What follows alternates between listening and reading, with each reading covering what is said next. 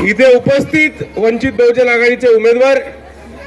कार्यकर्ते, पदाधिकारी, माता भगिनी आणि या चळवळीतल्या तमाम साथीदारांना माझा मानाचा, सन्मानाचा, प्रेमाचा क्रांतिकारी जय भीम। आपण इथे जमलोय महानगरपालिकेच्या निवडणुकांसाठी आणि इथे बऱ्याच लोकांना वाटतं की महानगरपालिकेच्या निवडणुका या महत्त्वाच्या नसतात, पण आपण एक गोष्ट समजून घ्या की ज्यांना वाटतं खासदारकीच्या निवडणुका मोठ्या, आमदारकीच्या निवडणुका मोठ्या, पण नगरसेवक काय करू शकतो, महानगरपालिका काय करू शकते, त्यांनी आपण एक गोष्ट समजून घ्यावी की तुमच्या घराला पाणी येतं का, नळ आहे का, किती दिवसानंतर पाणी येतं, ते पाणी तुमच्या एरियामध्ये कचऱ्याचा व्यवस्थापन होतो का, आपल्या घराला विजेचा मीटर आहे का आणि तो मीटर तुमच्या नावावर आहे का, तुमच्या एरियामधली महानगरपालिकेची शाळा चालू आहे का, बंद आहे, काय दर्जाचं शिक्षण मिळतं, काय सोयी सुविधा उपलब्ध आहेत, त्याचबरोबर तुमच्या एरियामधल्या हॉस्पिटलची परिस्थिती काय, चांगले डिस्पेन्सरीज किंवा आरोग्य केंद्र आपल्या एरियामध्ये आहेत का, रस्ते कसे, नाले कसे, हे कुठे ठरतं तर ते महानगरपालिकेमध्ये ठरतं आणि ते ठरवणारे कोण असतात तर ते तुमच्या एरियाचे नगरसेवक असतात। आणि म्हणून मी आपल्याला एवढीच विनंती करतो की जे 25 वर्षांपासून इकडे नगरसेवक म्हणून निवडून येतात आणि निवडून आल्यानंतर फक्त स्वतःचे खिसे भरतात, पैसे कमवतात, भ्रष्टाचार करतात आणि इकडे नागरिकांना विकासाच्या नावावर ठणठण गोपाल देतात,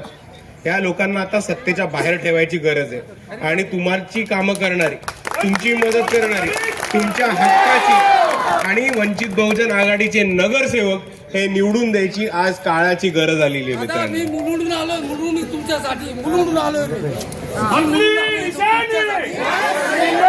ऐका ना, मी तुमच्यासाठी अकोल्यावर आलो तर सांगते राहतो,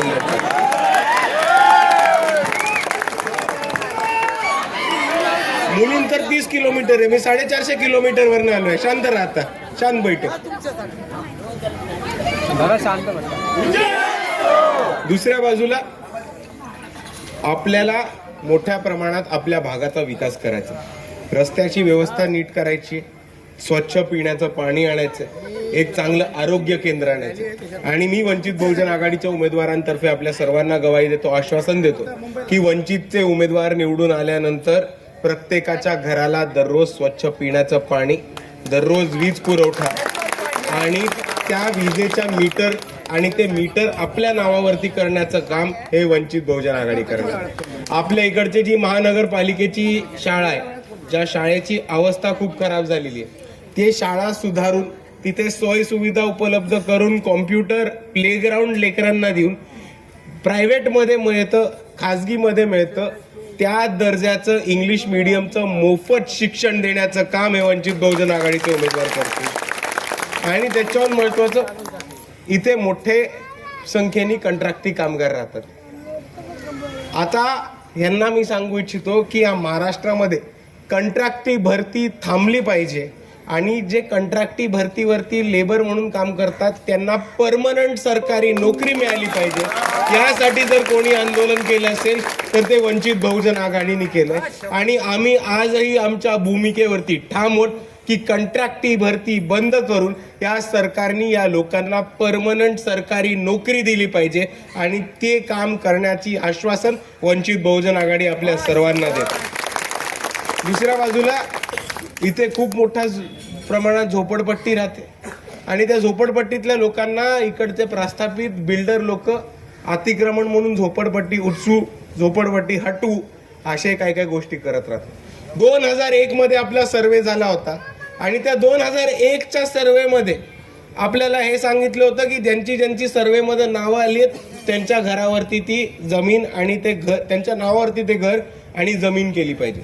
मी आपल्याला आश्वासन देतो वंचित बहुजन आघाडीच्या दोन्ही नगरसेवकांकडनं की वंचित बहुजन आघाडी सत्तेमध्ये आली आणि नाही आली तरी ती घरं आपल्या नावावरती करून देण्याचं काम आहे वंचित बहुजन आघाडी करणार।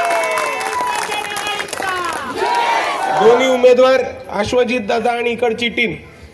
ऐका, निवडणूक संपल्या, नगरसेवक निवडून आले नाही निवडून आले, सगळ्यात पहिले वंचित बहुजन आघाडीच्या तर्फे एक कॅम्प लावायचा, अधिकाऱ्यांना बोलवायचं, सगळ्या लोकांना बोलवायचं, त्यांचं रजिस्ट्रेशन अधिकाऱ्यांच्या डोळ्यासमोर करून घ्यायचं आणि ते प्लॉट त्यांच्या नावावरती करून घ्यायची जबाबदारी आपली। आणि दुसऱ्या बाजूला आम्हाला आपल्याला एकच गोष्ट सांगायची की आज आपण बघितलं तर महाराष्ट्रामध्ये शिवसेना, राष्ट्रवादी आणि भाजप एका ठिकाणी झाले, दुसऱ्या ठिकाणी दोन्ही ठाकरे बंधू एकत्र येऊन इलेक्शन लढत आहेत. पण लोकांच्या गरजांवरती पाणी प्रश्न असेल, आरक्षणाचा मुद्दा असेल, शिक्षणाचा मुद्दा असेल, आरोग्याचा प्रश्न, नाल्याचा प्रश्न, पाण्याचा प्रश्न, रस्त्यांचा प्रश्न, हे मूलभूत गरजा घेऊन कोणाचं बोलत असेल किंवा त्याच्याहून पुढे जाऊन शिक्षण, आरक्षण आणि इकडच्या वंचितांना न्याय मिळवून देण्याची भाषा जर आज कोणी या महाराष्ट्रामध्ये करत असेल तर तो फक्त एकच पक्ष आहे, वंचित बहुजन आघाडी. आणि म्हणून इकडच्या आपल्या वॉर्डाची विकास करायला, आपल्या एरियाचा विकास करायला आणि नवी मुंबईचा विकास करायला मी आपल्या सर्वांना एवढीच विनंती करतो की वंचित बहुजन आघाडीचे उमेदवार हे उभेत. यांची निशाणी माहिती आपल्याला, वंचित बहुजन आघाडीकडनं भूषण कासारे साहेब आणि तसंच माया मानवरताई या वंचित बहुजन आघाडीचे अधिकृत उमेदवार आहेत. यांची निशाणी आहे गॅस सिलेंडर. मी आपल्या सर्वांना विनंती करतो की जास्तीत जास्त मतांनी यांना निवडून द्यावं आणि आपणच सर्व मिळून आपल्या महानगरपालिकेवरती वंचित बहुजन आघाडीचा आणि तशाच आपल्या आंबेडकरवादी चळवळीचा निळा झेंडा फडकूयात. एवढं म्हणून मी माझे 2 शब्द थांबवतो. जय भीम, जय संविधान.